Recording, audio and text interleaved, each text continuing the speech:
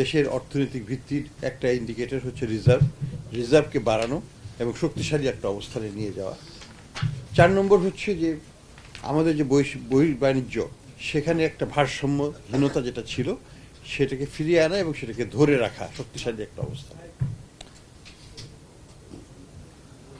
এই অবজেক্টিভগুলোর মধ্যে আমি বলবো যে আমরা আরেকটা হচ্ছে আমাদের ব্যাংকিং খাতে যে বিশৃঙ্খলা সৃষ্টি হয়েছিল ফাইন্যান্সিয়াল সেক্টরে, ব্যাংকিং খাতে বিশেষ করে, সেখান থেকে একটা উত্তরণ ঘটানো এবং সেই ব্যাপারে গুড গভর্নেন্সটাকে এনশিওর করা, এবং সেই ব্যাপারে আমরা অনেক পদক্ষেপ নিয়েছি এবং সেখানে অনেক অর্জন হয়েছে।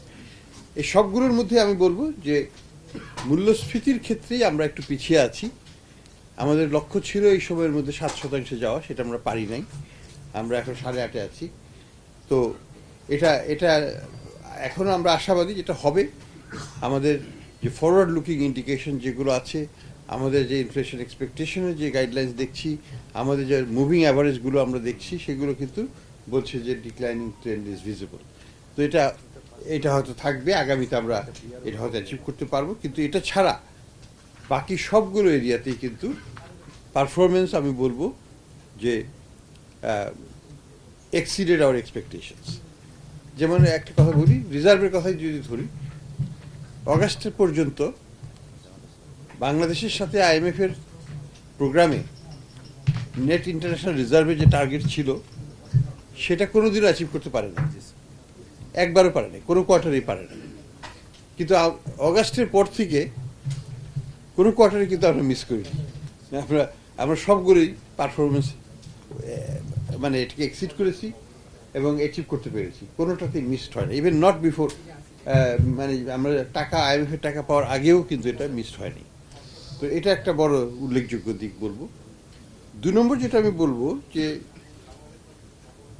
Monetary policy in itself is not, কিন্তু এককভাবে সব কিছু ডেলিভার করতে পারে না। এখানে মনিটারি পলিসির সাথে ফিসক্যাল পলিসির একটা সমন্বয় হতে হয়, এবং মানি মার্কেটটাকে একটা মেজর প্লেয়ার হচ্ছে সরকার আর ব্যক্তি খাত, এই দুটোর মধ্যেই মানি মার্কেটটা অপারেট করে, আর আমরা হচ্ছে রেগুলেটর। তো সরকার যদি কম নেয়, টাকা বেশি থাকবে মানি মার্কেটে, সরকার যদি বেশি নেয়, মানি মার্কেটে টাকা কম থাকবে। আমরা কিন্তু ব্রড মানি, যেটা আমাদের ডেপুটি গভর্নর সাহেব বললেন, ব্রড মানিতে আমরা কিন্তু এক্সিড করতে যাচ্ছি আগের চাইতে।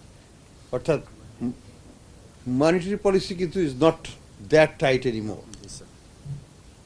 আমাদের যেটা লক্ষ্য ছিল 8.5, সেটা এখন 11.5 আমরা মনে করছি এটা হবে।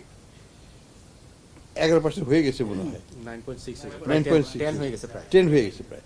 তো এটা হবে, আরো 4 মাস আছে, এবং আমাদের রিজার্ভের যে টার্গেট আমরা দেখতেছি, রিজার্ভ যেভাবে বাড়ছে তাতে এটা হবে, বেশি হতে পারে।